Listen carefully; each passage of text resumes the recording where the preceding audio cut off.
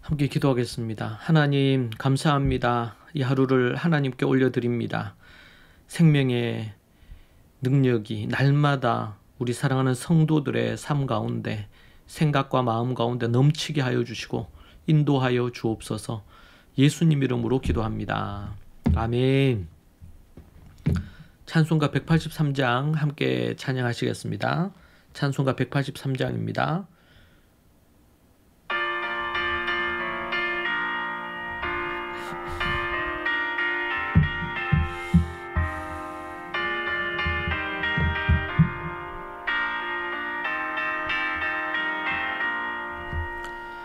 빈들의 마른 불같이 시들은 나의 영혼, 주님이 약속한 성령 간절히 기다리네. 가물어 메마른 땅에 단비를 내리시듯 성령의 단비를 부어 새 생명 주옵소서. 반가운 빗소리 들려 산천이 춤을 추네. 봄비로 내리는 성령 내게도 주옵소서. 가물어 메마른 땅에 단비를 내리시듯 성령의 단비를 부어 새 생명 주옵소서.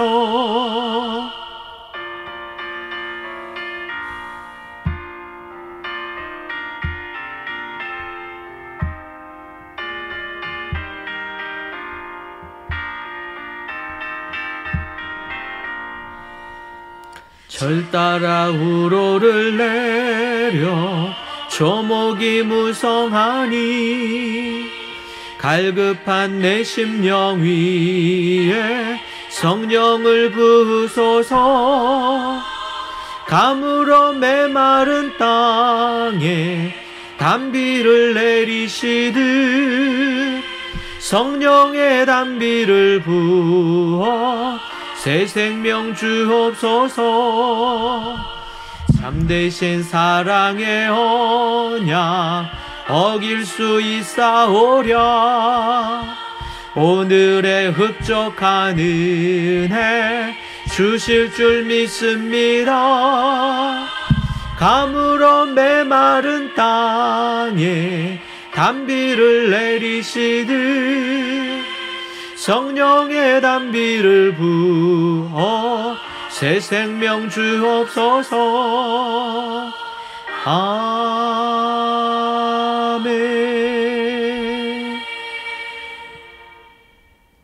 아멘. 오늘 함께 볼 하나님의 말씀은 로마서 8장 1절에서 2절입니다. 로마서 8장 1절에서 2절 말씀 함께 보겠습니다. 그러므로 이제 그리스도 예수 안에 있는 자에게는 결코 정죄함이 없나니 이는 그리스도 예수 안에 있는 생명의 성령의 법이 죄와 사망의 법에서 너를 해방하였습니다. 아멘.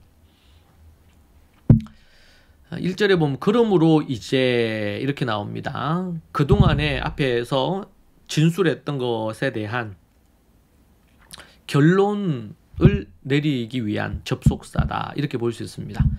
결론을 내리는 차원에서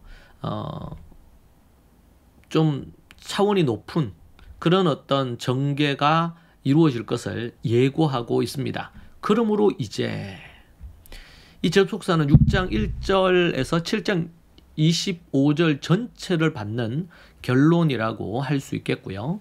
7장 25절을 반복하여 전개하고 있습니다. 그러니까 7장 25절, 8장 1절이 연결된다고 볼 수 있겠죠. 우리 여기서 생각할 것은 성경은 장절이 원래 없었습니다. 여러분 우리가 편지 쓸 때 뭐 1장 이렇게 편지 안 쓰잖아요. 그냥 쭉 쓰잖아요. 근데 이 장절이 붙은 것은 이 설명, 그 후대의 사람들이 성경을 찾기 쉽게 이해하고 찾기 쉽게 하기 위해서 학자들이 후대에 이 장절을 붙였어요. 특별히 기독교에서 장절을 붙였습니다. 그래서 유대인들도 이 장절을 붙인 이 성경이 이루어진 것에 대해서 매우 감사해 하는 것을 보거든요. 왜냐면 원래 없었으니까요. 그리스도 예수 안에 있는 자는 부활하신 그리스도와의 인격적인 어떤 연합으로 하나된 자들이라고 볼 수 있습니다. 이게 6장 11절에 언급됐던 거예요. 요한은 이를 그리스도와의 교제라는 말로 표현을 했습니다. 예수 그리스도와 연합해서 교제하는 자는 결코 정죄함이 없습니다. 이 정죄라는 카타크리마라는 단어는 법적 용어입니다. 우리 로마서에서는 계속 법적 용어들이 되게 많이 나오고 있죠.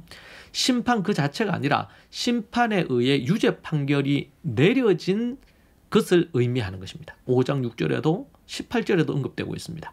죄인된 인간은 하나님께 불순종했으므로 정죄가 당하는 것이 마땅합니다.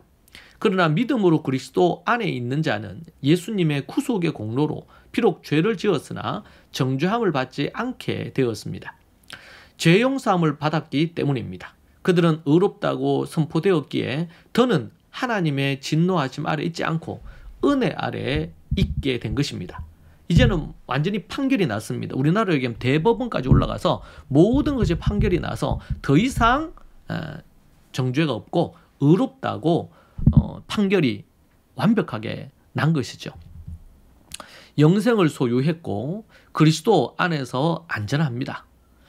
그렇다고 하여 이를 빌미로 안일하게 방탕한 삶을 살아서는 안 됩니다.